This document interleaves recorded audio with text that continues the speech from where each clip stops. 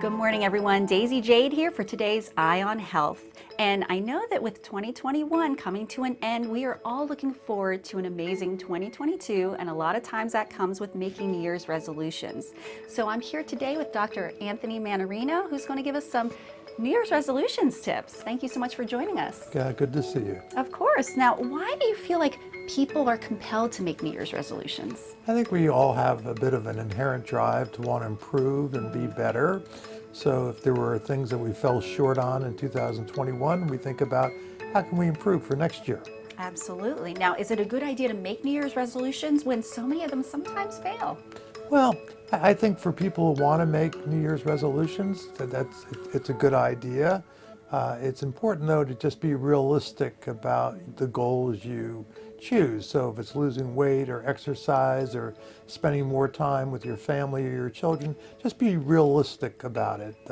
So it's more likely you'll achieve your goals. Yes, I love that tip. Now, what other tips do you have to help somebody that, maybe made some New Year's resolutions and help them to succeed? Well, I think the most important thing is to not be overwhelmed by the goal that you have.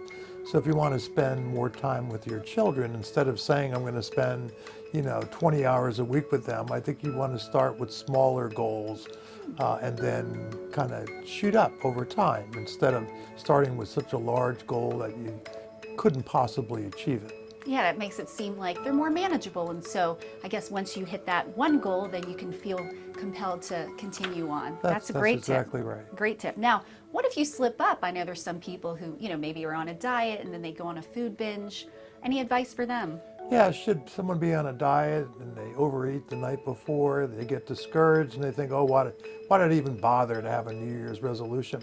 So I think what they really should do is to just kind of forget the night before, concentrate on the next day and go forward from there and realize that no matter what our resolution is, we're not going to be perfect at it. That is great advice right there. And what about all those people out there, though, that maybe don't feel like New Year's resolutions are for them? Should they feel guilty? Not one bit. New Year's resolutions are good for some people, but for others who really don't care to have them, that's absolutely fine. No guilt at all if you don't have any. Well, I love those tips. Thank you so much, Dr. Anthony Mannarino. Really appreciate it. And Happy New Year to you. And same to you. All right, we'll send it back to the PTL studios. Thank you, Daisy. And it makes so much sense. Like, it doesn't matter that it's January 1.